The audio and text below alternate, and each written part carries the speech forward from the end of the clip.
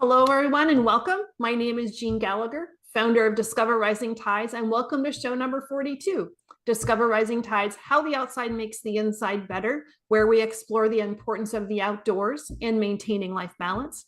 Through this series, we'll be talking with women business owners to understand their journey. And so today we start with our Healthy Living, Happy Life segment with Denise Stegall, author, curator at Living Healthy List and Healthy Living Liaison. This month's topic, Denise will be talking about nourishing ourselves through our thoughts and feelings. Our second segment will be our main guest, Robin Decker. And closing us out will be our Rising Up segment with Lin Schussler-Williams, author, founder of Uprising Unstoppable Powerful Women Community, and producer of the Be More Conference. And so, Denise, let's get started. All righty. Great to see you, Jean. Good to see you too. Excuse me. So last episode, we were talking about nourishing ourselves when it came to food. So today, I'd like to kind of take a little bit of a different approach and look at nourishing ourselves through our thoughts and our feelings. So essentially, our thoughts and our feelings really do kind of rule our life. They are kind of a vital aspect of living a healthy, happy life.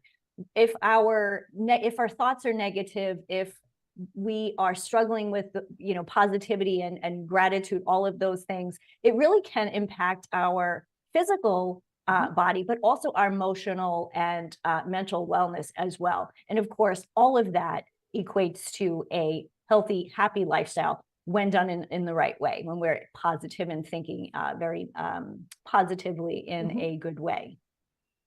And it's easy, as we were talking about food, food is difficult to do, but it's easier to track. And you can, when you are off course because that cupcake was yummy, right? Or the second cupcake shouldn't have happened, but it was equally as good as the first. Absolutely. When your feelings and your thoughts are off balance, sometimes you might not notice right away. I think sometimes what happens is we kind of get into a cycle. We're busy, we're stressed, and we don't feel, our bodies kind of go numb. I equate this to, people who have sugar addiction. They eat so much sugar that, they don't even know what real food tastes like because they haven't had it in such a long time. And I feel that when it comes to our feelings and our emotions, we can get into such a negative spiral that we don't even recognize it as negative. We just recognize it as like, this is just normal. This is just how I am. And that's not necessarily the case. Or it shouldn't be the case. Shouldn't be the case. So for me, I know that there are some triggers that I notice. And for me, it is, we've had the most gloomy, wet spring in California. And I am not complaining a bit, because it's better than burning up in the summertime, literally burning up in the summer. However, I'm kind of done. But I also notice that my ability to maintain a more balanced thought process is less because I might not be outside so much, but I have to be careful to I had to figure out what are my triggers, how can I notice that spiral? And it's not easy to figure that out. It's one of those things. It's simple, but it's not easy. It is something that we do need to become aware of. And when we start to get into this, like you're saying, it's kind of hard to get out of a negative mindset when, the weather's kind of gray and when we get busy doing things and kind of like stuck in the muck, as I always say. That's of course when we start going into that limiting belief and that, kind of negativity spiral. Negative self-talk, all of those things that just kind of keep piling on and on. And that's where I believe that we need to step back, because it is hard to recognize, but you do at some point go, okay, this isn't quite me. This isn't how I usually am. At that point, when you do recognize it, is to step back and to maybe it's do some positive affirmations. It's to start thinking, what are the positive things that I can do here? Visualization, affirmations. One of the things that I work with my clients, interestingly enough, is positive intelligence and mental fitness, which Robin is going to talk about a little bit later. And essentially, what it is, it's just these, like I said, it's simple, not always easy, but it's just a simple reframing of our thought process. Can't do anything about the weather, right? So what is the reframe that you can kind of think instead? Well, like you just said a minute ago, actually, it's better than burning up in the summertime. So it's just a little bit of recognizing the negativity and kind of catching yourself and saying, okay, is this really a problem? Is this really a limiting belief? Is this real? I think sometimes that's another piece is, we start feeling negative and we get into this negative feelings and these emotions, and they're really not emotions that we really feel. We think we are, but the weather can just, that's one thing that can really just put a damper on everything. But it is something that when we are nourishing ourselves, even when we get stuck in those situations, when we're nourishing ourselves with gratitude, with positive affirmations, it takes the edge off of all of those. So you're less likely to get stuck in that negative mindset, that limiting belief, just by nourishing yourself on a regular basis. I like the word reframe or reframing, the verb, because it does, I think it's easy to assimilate into your thought process if your word is like, oh, I have to change my thoughts, but there doesn't seem, for me anyways, there doesn't seem to be emotion associated with the word, right? So if you're saying, well, I have to change what I'm thinking, well, now all of a sudden there's some self-judgment thoughts that can come up with just that when you're trying to fix your brain, but you're fixing your brain with a judgmental concept or thought. And so reframing seems less emotional. And for me, sometimes it is, I realize that I have set some undue expectations. And then I'm not meeting those undue expectations. Like, oh, I'm going to go outside on Thursday. Well, if I am, then I need to be in the right mindset that it's going to take a raincoat and some boots, but I can still go outside. But in my head, I'm like, oh, it's sunny. And then it's not sunny. And then all of a sudden the day is shot because you had those expectations of whatever that thing was that's not coming to fruition. Absolutely. And the reframing, it really does help to make every day, every minute of every day, a more joyful one, a more positive one. And that's what's nourishing. And I would agree, looking at what the weather is, I'm a big fan of, okay, what's the weather going to do this week? And actually kind of picking the days that I know I can be outside. It's 15 degrees out there today. I'm not going outside. But I know by the weekend it's going to be warmer. So I think that's another one of those things that I think is really important is to plan ahead.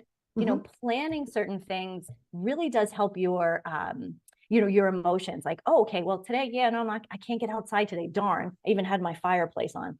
But hey, it's going to be in the 40s on Saturday. And so that's a great way to, kind of nourish yourself and say, okay, so that's not going to happen today, but it's going to happen in 3 days from now. Correct. So just again, the reframing and always thinking, what is that positive flip that you can make? What can I take care of today so I don't have to worry about it on the day that I'm going to do these fun things? So now all of a sudden you put yourself into purpose. So can we talk a little bit about gratitude? Because everybody talks about, have gratitude thoughts and all of this. I think it's damn hard. Is that okay to say? It's really hard. Absolutely, especially when you're kind of in the middle of something and you're like in the middle of a negative situation, whether it's, arguing with your family or, you're at work and somebody's driving you crazy and you're just like, what am I grateful for here? What is the gratefulness here? So I do get that, it can be hard in the moment, but again, that's a little bit of a reframe. That's true. In that situation too. But what I have found the most helpful for me and for many of my clients is actually writing it down. At first, when somebody first said to me, oh, you should have a gratitude journal, I thought, oh gosh, this is so hokey. And then a friend of mine. No wonder we're friends. But it sounded like, oh, okay, this is a little I had the same thought. and this is a handful of years ago. And I have a friend who is, who actually has a gratitude journal. And so he sent it to me, and it's one of the simplest things that I started every morning when I get up and before I actually get out of bed. I just, for 5 minutes, just think about what I'm grateful for. And sometimes it's something ridiculous, like, I had a great night's sleep last night. I love this new pillow. I'm grateful for the pillow. It doesn't have to be this, like, I'm grateful for all of the big, amazing things. It's those little things that really add up. We say the same thing. I say this constantly when it comes to healthy lifestyle and healthy eating. Those small changes, those little incremental steps. And I think it's the same thing with gratitude. It's taking those little things that you may kind of ignore and just saying, I had a really crisp, amazing apple yesterday with my lunch. I was really grateful for that. And in the past, I probably just would have been like, oh yeah, it's a great apple. It was a good apple. No big deal. No more thought. But just to think about it in a little bit of a deeper way. And how does that change things? Say it again. How does that change things, do you think? I think it actually makes you appreciate what you have in front of you. Rather than always looking for what you want, what you're striving for. It's right in front of you. You can appreciate the person in front of you. You can appreciate the juicy apple. You can appreciate, right here, all of us here on the camera, the two of us on the camera. You can appreciate things like right now. And I think that's important, because we're always looking towards the future. And that's kind of where anxiety comes in, and people are always looking into the future and not living the moment. When you live in the moment, gratitude is actually really, it's heartwarming. It's helpful. It's just a really great feeling that you have. And I think for most people, because we're living in the future, some in the past, which is not a good thing, but we're always looking in the future. And so those little things don't matter so much, and they should. I love how you put that, because I think too, for a lot of people, one of the first things that happens is you're waking up and then your face is in social media. And so now you're looking at all these perfect people, or what appears to be perfect things on social media. And now you're at a mental deficit already. But if you take on that gratitude practice first, it might help alleviate or prevent or push away some of those feelings of lack that can happen when this ridiculous social media gets in our brain. Oh, absolutely. Another trick for that is when you get up, don't look at your phone for an hour or the computer. Get up, enjoy your morning, have a cup of coffee, glass of water, do your gratitude practice. It's also a time when I actually usually read at that point in the morning. I do my gratitude practice, and then I read for half an hour. Usually something fun, because, we're all day long I'm reading stuff for work. So I don't want to read work stuff before I get to work. So I think that's another part of gratitude is, appreciating doing your gratitude practice in the morning and really extending it for as long as you can before you kind of start your day. I like that a lot. So when you're talking about mental fitness, just to cover a couple of points for people as a takeaway, whenever we talk about fitness, your thoughts are, well, there has to be some steps for fitness, whether it's fitness in exercise and fitness, but for mental fitness, are there some quick steps, or it's really what we're talking about, but can you list it out into a couple of quick things that people should incorporate for some mental fitness? Well, I'll just mention this quickly, because I know this is something that Robin's going to get into a little bit deeper. Mental fitness, when you think about fitness, you think muscle, right? Building stamina.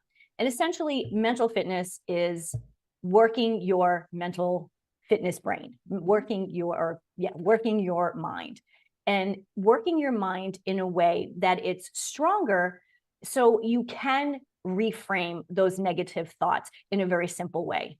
And there's a great book that I have upstairs by Dr. Shirzad Chamine, and it's actually called Positive Intelligence. And so that's really where I would have people start, because it really is that introduction. And then, of course, there are coaches who can help take that next step. Great. Thank you. Thanks, Denise. You're welcome. Fun subject, really important subject. Appreciate it. Absolutely. Do I have two? Oh.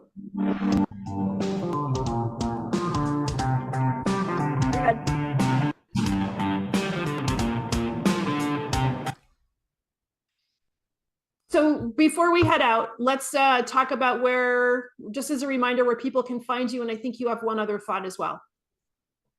Yes, thank you. Yes, you're welcome. So I just wanted to add one last thought. We're talking about nourishing. How do we nourish ourselves? And obviously here at Discovering Rising Tides, we always want to talk about the outside and the inside. Mm-hmm. And so when it comes to nourishing ourselves, being out in nature is essential for health, happiness, and true joy. And so I just want to make sure that people understand that how important that piece is. Just being outside, getting out in nature, walking on the grass. Like, when was the last time you kicked off your shoes and walked on the grass? And the energy that the earth has is replenishing, is nurturing to us. And so when we want to really take care of ourselves, being out in nature is one of the best ways that we can do that. So I wanted to just mention that, of course. Definitely. Yeah, it is. And it makes such a difference. Being outside without your shoes on is really, really important. So, and how can people get in touch with me? You can find me pretty much everywhere on social media, LinkedIn, Facebook, Instagram, under Living Healthy List. And my website is livinghealthylist.com, and you can find me there. All of that information is on the website, how to connect with me through my email and all that stuff. Fun stuff too. Great. Thank you so much.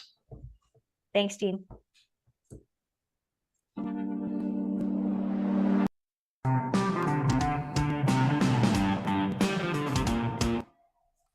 So this is exciting as we move to our main guest, Robin Decker. Hi, Robin. How are you? Hi, Jean. I'm good. How are you? Great. Thank you for being here. I'm very excited about this. And so before you start, let me just read your bio quickly, and then we'll get going. So Robin is a high frequency coach for moms. She's been a seeker of truth, wisdom, and expansion in her whole life. She used to be that stressed out, anxious, tired mom who struggled every day. And after years of doing personal growth and being coached, she's excited to pay it forward. And as a coach, she gets to help moms rewrite their story by letting go of their story. And I really needed to talk to you a few years ago, like a lot of years ago. I think I said that to one of our previous guests, Elise. I have to make sure that you and Elise get connected. Elise is a coach of teenagers and moms. And so we'll connect you too, because networking is the bomb. But so let's talk. So tell me a little bit about let's talk about the stressed out mom and your transition to, lead by example and start to help others. Absolutely. It's so interesting. So before I had kids, I was teaching yoga. I was a massage therapist, and I really felt like on top of the world. I was just, meditating all the time, and I had no obligation. It was just me, right? And I just felt so good in my body and good in my life. And then I got married. That was a wonderful thing. And then I had my girls, and something happened, some sort of alchemical process that brought up a lot of stuff in me that I was not aware of. And I just went into overwhelm, anxiety. I used to say that my brain was on fire because the stress of being a mom, there were lots of contributing factors to the stress. My husband was overseas. He was in the military. He was gone all the time. I had twins. I had no support system around me. I was a full-time student, and I didn't know how to ask for help. So did you have added anything else to that package? Oh my God. I didn't even give you all of it. But anyway, so that, So I I'm stressed and I'm just listening to it. It's a laundry list of craziness and beautifulness too. Like there was so much love happening there, but I was not equipped. I was not, I read all the books. I read, up to leading into, having them, and you can read all the books, but never be physically, emotionally, mentally, energetically prepared for when they show up. And, I was triggered. I was that triggered mom. And my go-to was overwhelm, anxiety, and depression. And I didn't really acknowledge it because I was such a high achiever too. Let's add that to the list.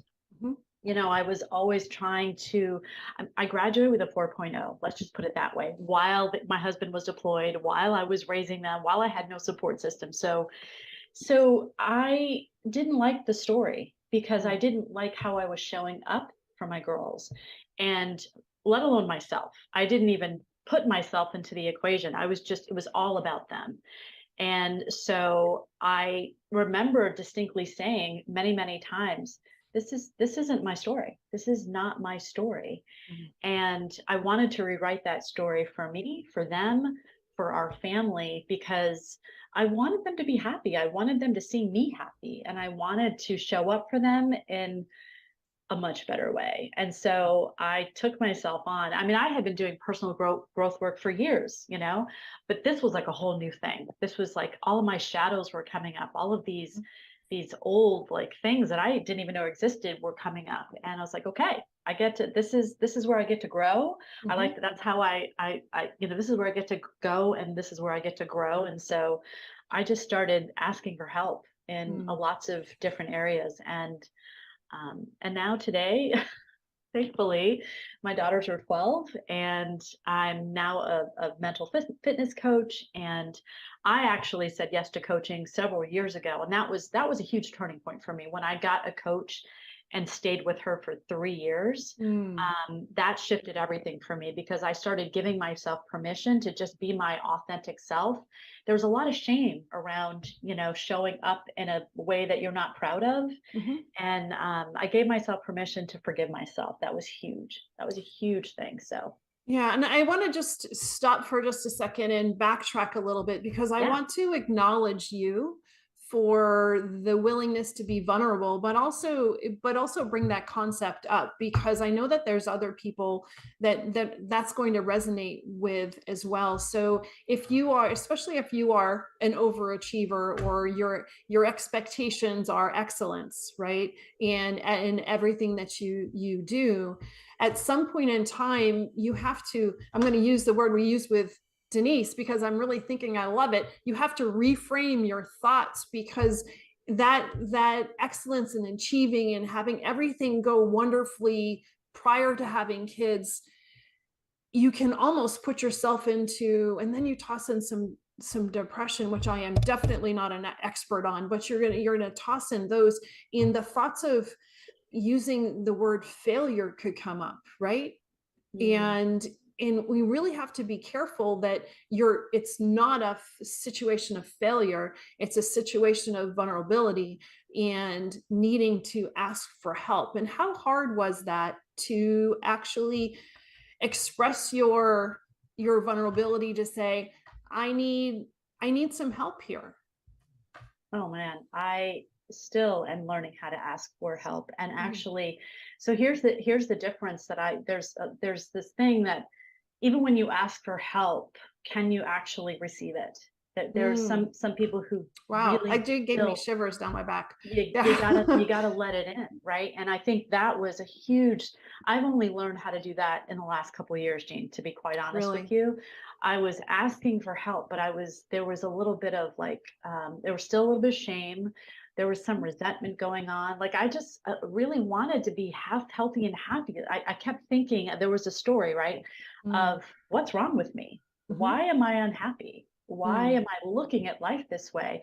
And that's a very disempowering question to ask. Why why am I like, or why is life? That's so even reframing how you ask the question shifts everything for you. How can I receive this support? How can I be better for myself and my children?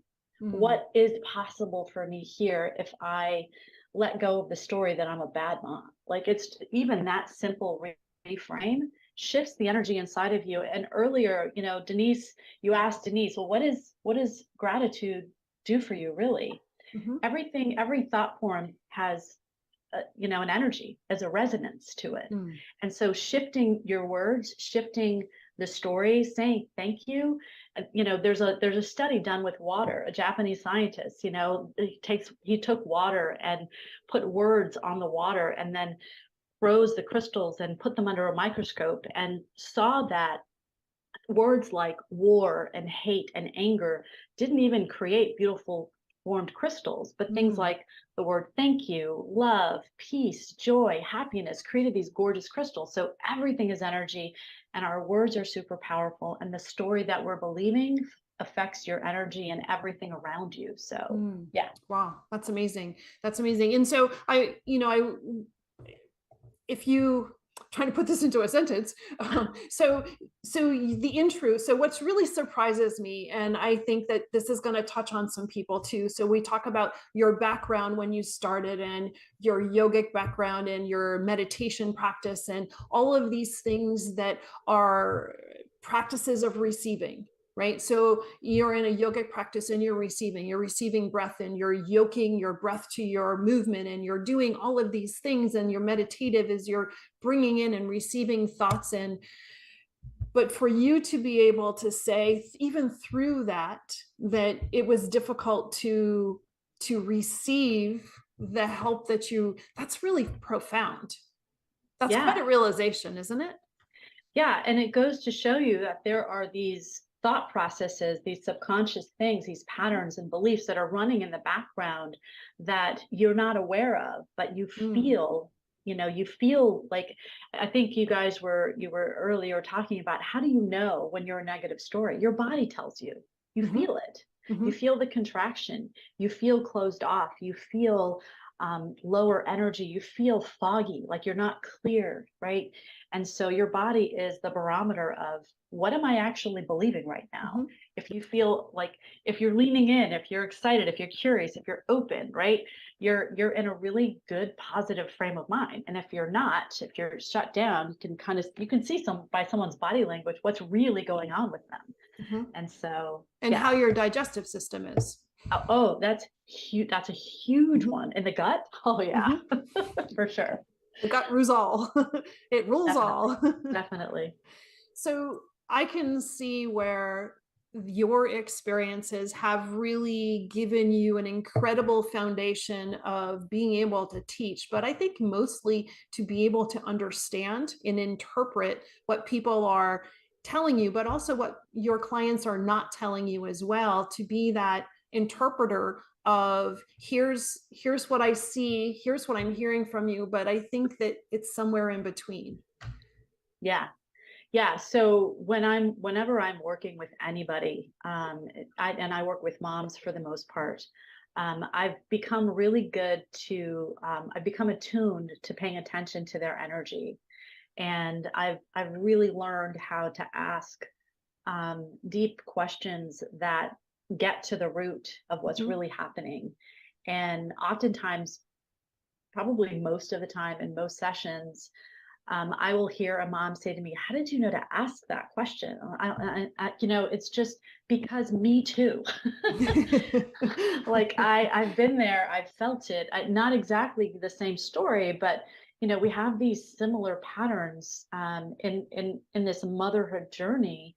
And I get it, because it matters to me, and I love uncovering the hidden. I've always been curious to understand how we work as human beings, how the connection works in relationships, what's going on in our mind, and what's operating behind the scenes, and like really bringing it out into the light. And once you see it, once you can actually, claim it, and I think that's important, we get to claim all of it.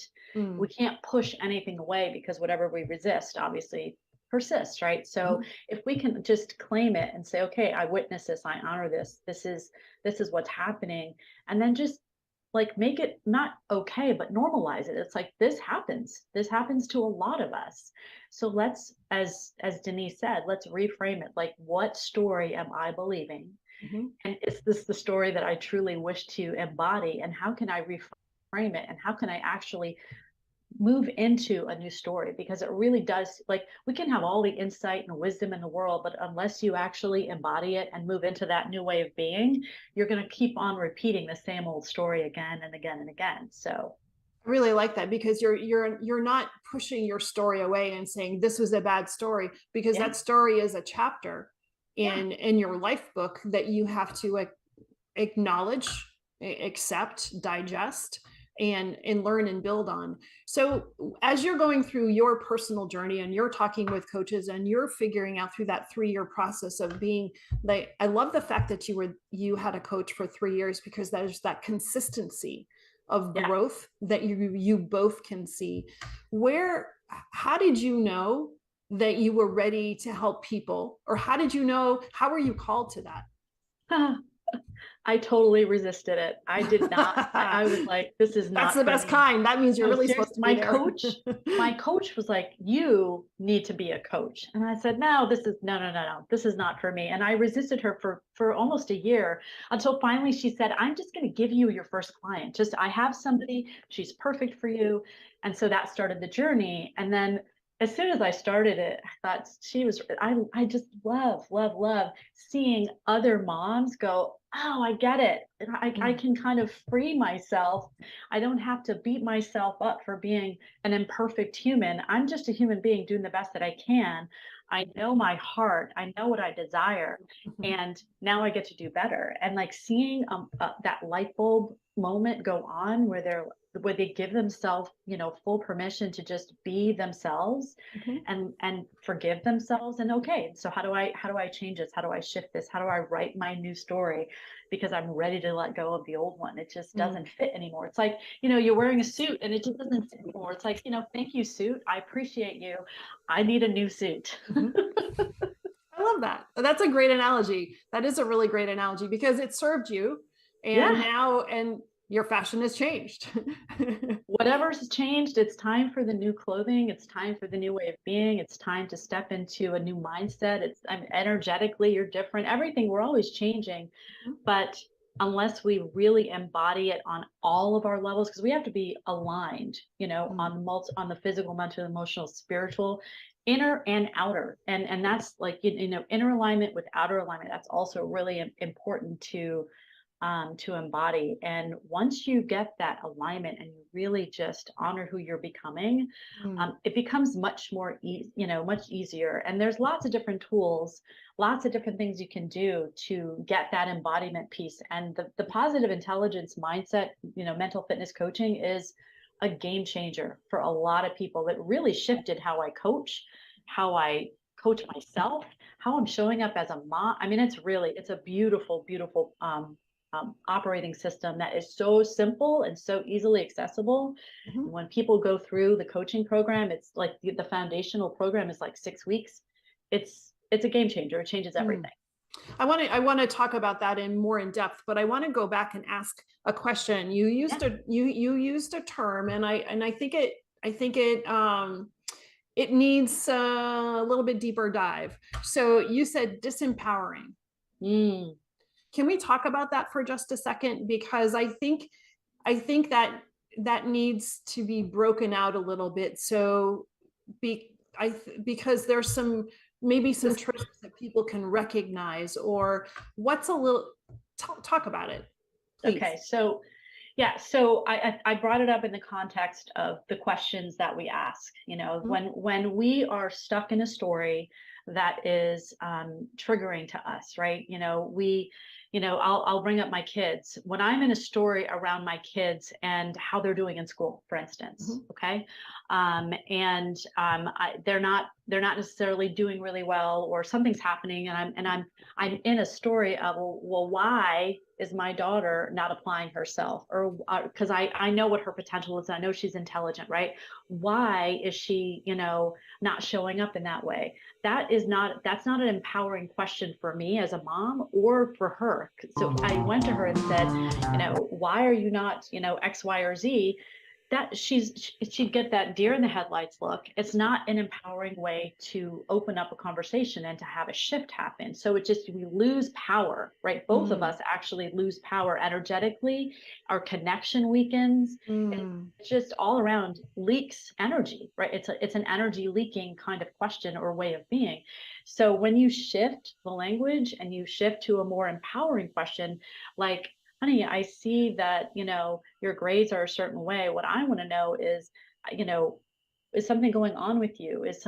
Do I need to support you? And how can I support you? Or, just something that actually opens up possibility as opposed to feeling victimized by a low grade or, a bad outcome. Is that kind of like the direction? Is that making more sense? No, that's totally. And I know I've done that multiple times.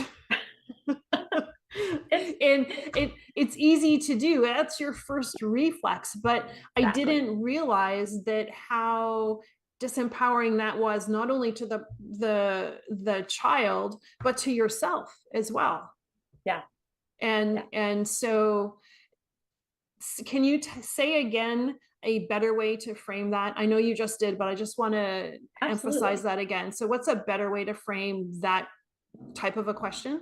Yeah. So instead of why are you failing this class, or why didn't you do better on that test? I mean, just think of, like, take a moment. I'm just going to say it to you, Jean, and I want you to feel it. Like, why did you not do well on that test? Even if you said it in a positive way, does that even, like, there's no coming back from that, because already you feel judged.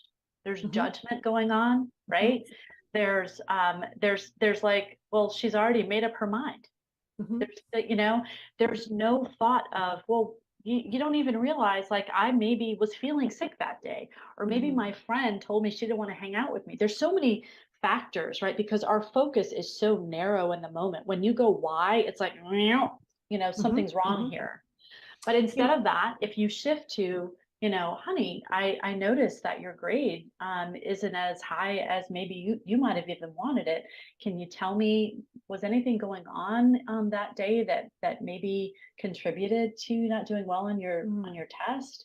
Did something happen at school? Or, because I know you're so great, you're intelligent, and you love this class, and yeah, share with me what's happening. And then, she already feels much more relaxed. Doesn't that feel different in your body, even when I say it? Yeah, and you're giving space for the answer. Yeah, there's a possibility there. Something interesting that Elise had talked about before that I honestly didn't realize, that kids' brains don't fully develop until they're 25, and their ability to think outside of the situation that they're currently in is really difficult for them to think about other things. But what made me, when you were giving that example, I'm actually thinking that the adult is in that mindset, because all the adult is focusing on is that particular thing and not thinking about everything else that can be going on. So almost like we've got this kid's mindset about, you didn't do well on this test, you didn't do well in school today, but not allowing space for conversation for those other things. Yeah. And I mean, think about it, all she's hearing is, all my mom cares about is the result, not me. Yeah, that's interesting. Thank you for this. This is a really important conversation for people to hear. And so going back to the coaching part, what made you raise your hand to say, I need help? Or what do you hear from the clients that you're helping that says, this is when, are you feeling this? Maybe you need to talk to somebody. Well, I like I'm gonna speak to your first question. What made me reach out and ask for help? I was basically kind of at a point, Jean, where I was feeling pretty down about myself, and the depression had definitely taken over. I was eating very poorly. I was actually drinking. I don't actually drink very much anymore, hardly at all. I was drinking every single day by myself, bad sign. And I was in this story of, I'm doing harm to my kids, and there's no coming back. I was in a really dark place. And my coach reached out to me. She and I were in a conscious parenting group together. She reached out to me, and I can't exactly remember what she said, but I needed that lifeline. I needed to be seen, and I needed somebody to offer that help because I didn't know how to give it to myself. Mhm. And so there was a moment where I was like, okay, this is a choice point. This is a huge fork in the road for me to change my life. I've got to take this. And I'm so glad that I did, because everything, the whole trajectory of my life shifted from that point on into a much more positive direction. We've had these moments in our lives where, everything shifted for us, these really kind of seminal moments. That was one of them. Me saying yes to receiving that support, just, yeah, it shifted my entire life in a much more positive way.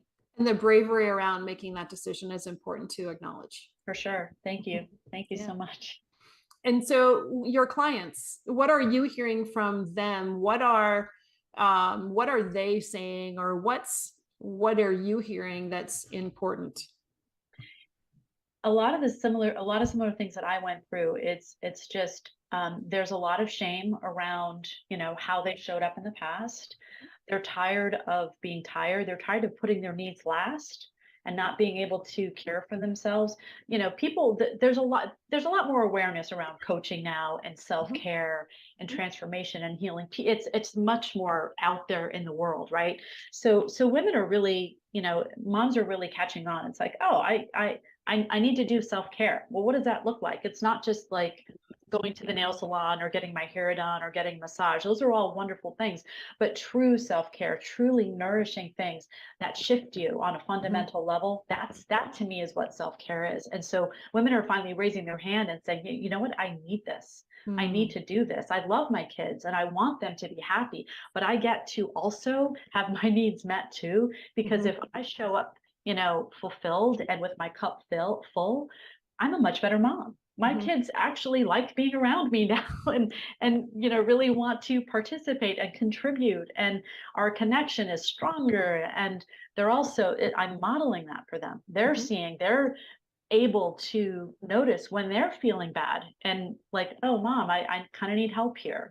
So it becomes this beautiful exploration for your kids and for you into what is the next sort of, I guess, paradigm, or I love that word, paradigm of parent-child relationship, and it's much more open. We talk about things on a much higher level. And yeah, so I think that's, it's they're tired of being overwhelmed. They're tired of feeling bad about how they showed up. They really just want to be included in the mix, and they're saying yes to the help. They're learning how to receive it.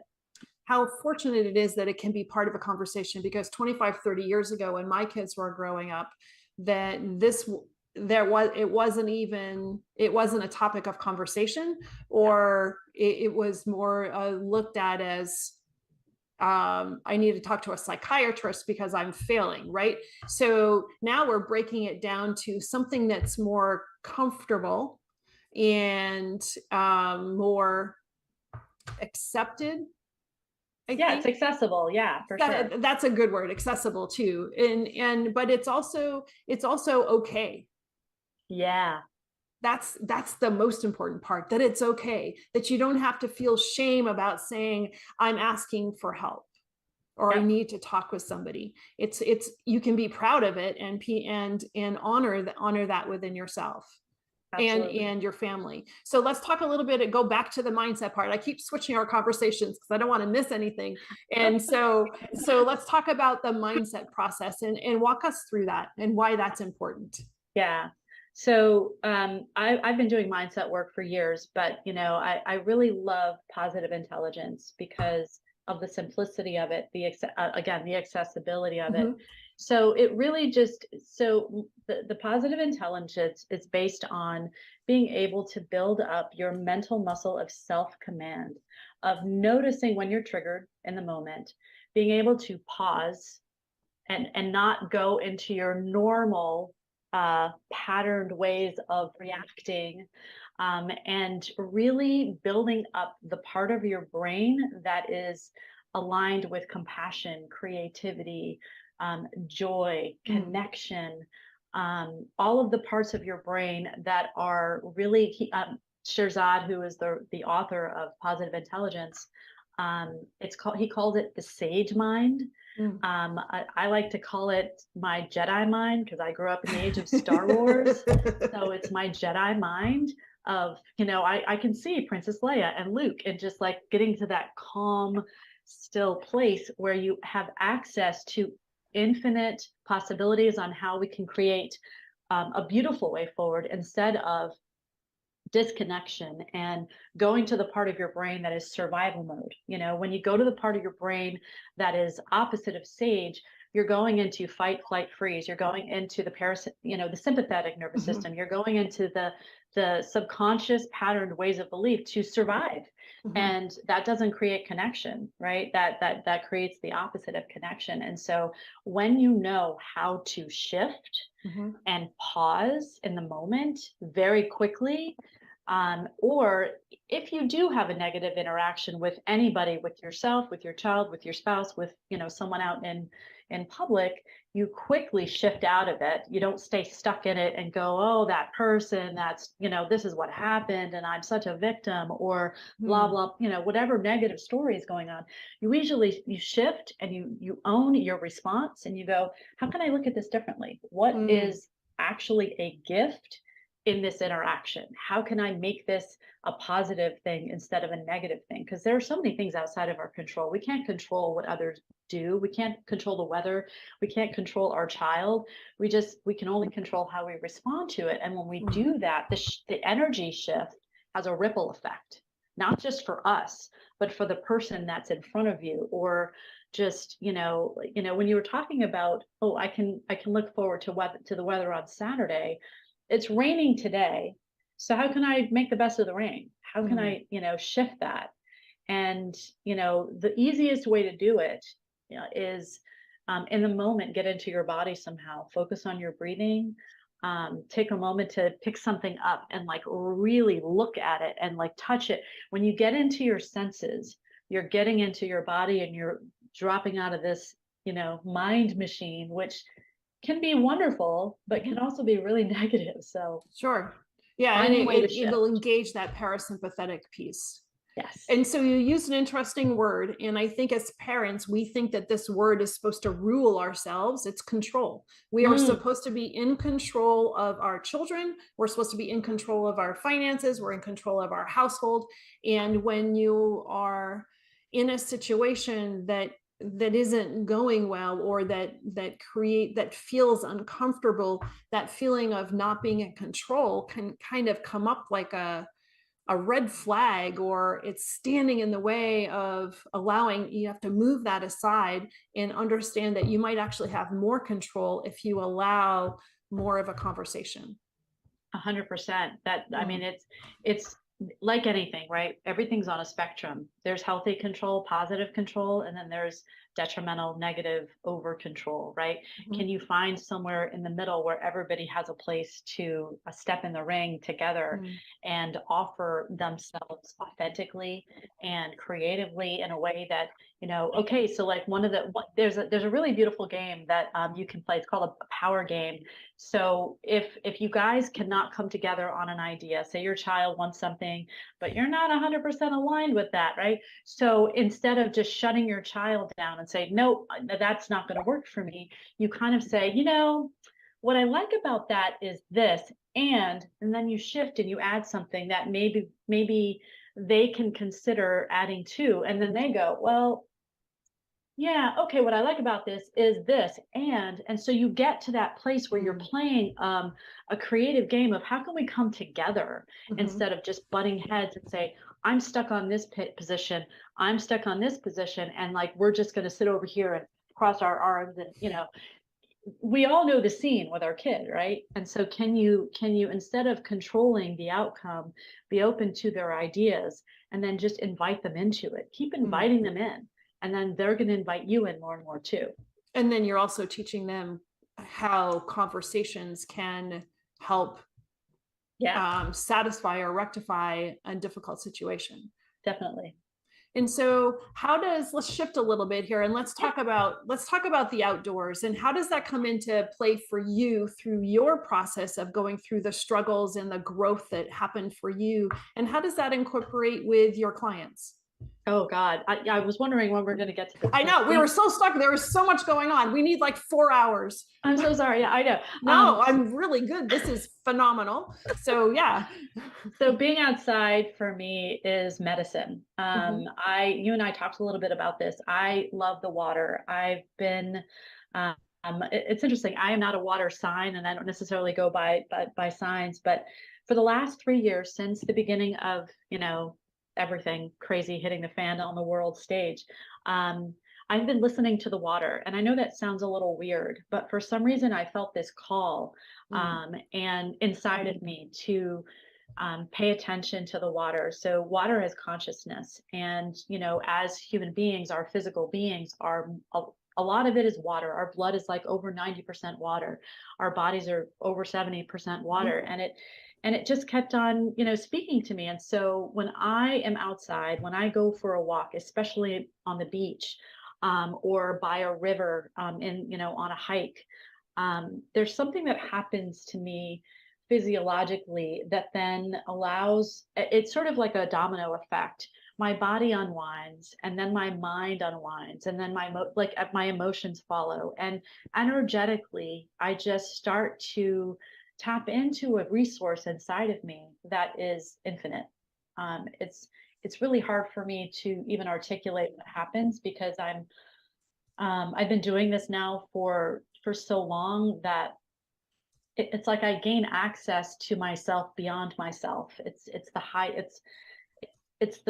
the part of me that is connected to the universe, to everything. And so when I go outside and really just let everything go, I am able to access creativity and presence, and health and vitality, like I can't anywhere else. I work from home. I work in front of a computer. This is how I mostly connect with people. And it's sort of, very one-dimensional. When you get outside, you feel things like in a whole new way. And it's very powerful and meaningful and poetic to me. And so I always encourage my clients to go wherever it feels good to go out in nature and just listen to the birds, listen to the wind. It's like a song. It's like a universal song of healing. And when you open yourself up to it, it's pretty magical. So yeah. It is. And the water, the water speaks to me as well too. That's part of what's important. And so I'm away from a lot of the water, but now I depend upon the trees and the mountains. And it is just the fact of being outside. But I love how you articulated the importance of that, because you have to hit the reset button, and you have to really it helps put things into perspective. Yeah. Well, the other thing too is, and Denise said this, the earth is very nurturing. It's also a really willing participant to offload all of your stuff into the earth. Because if you think about it, right, when, if you go through the cycle of life from birth to death, when our bodies, go and they get recycled into the earth, it's repurposed. Like the energy is just, is so available to us. When you plant your feet on the ground, it's powerful. Like if you really tune in and feel it, you can almost hear the earth saying, yeah, I got you. It's this give and take, relationship. And I love the earth too. I'm a huge proponent of really connecting to the nature inside of you, because nature is inside of us. We are that. We are all that. But our mind and our story gets in the way. We think we're just our identity and our, all of this, and that's almost like the least of who we are. It's infinite. Our nature is super infinite, and when you tap into it, life becomes much more available to you to support you and move you in the directions that you really desire to go. So it's powerful. I love that. That's a great place to put a pin in that. That's just a great statement. So how can people find you? So I'm on social media. I'm on Facebook and Instagram. You can find me at Robin Gonzalez Decker, but also robindeckercoach.com is the website.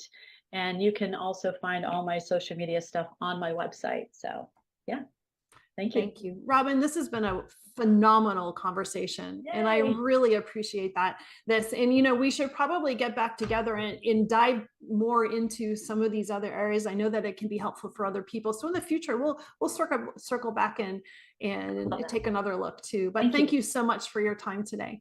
Thank you. Hey, Lynn, how are you today? Hi, Jean. I'm well. How about you? Very well, thank you. And I'm looking forward to your Rising Up segment today. What do you have in store for us today?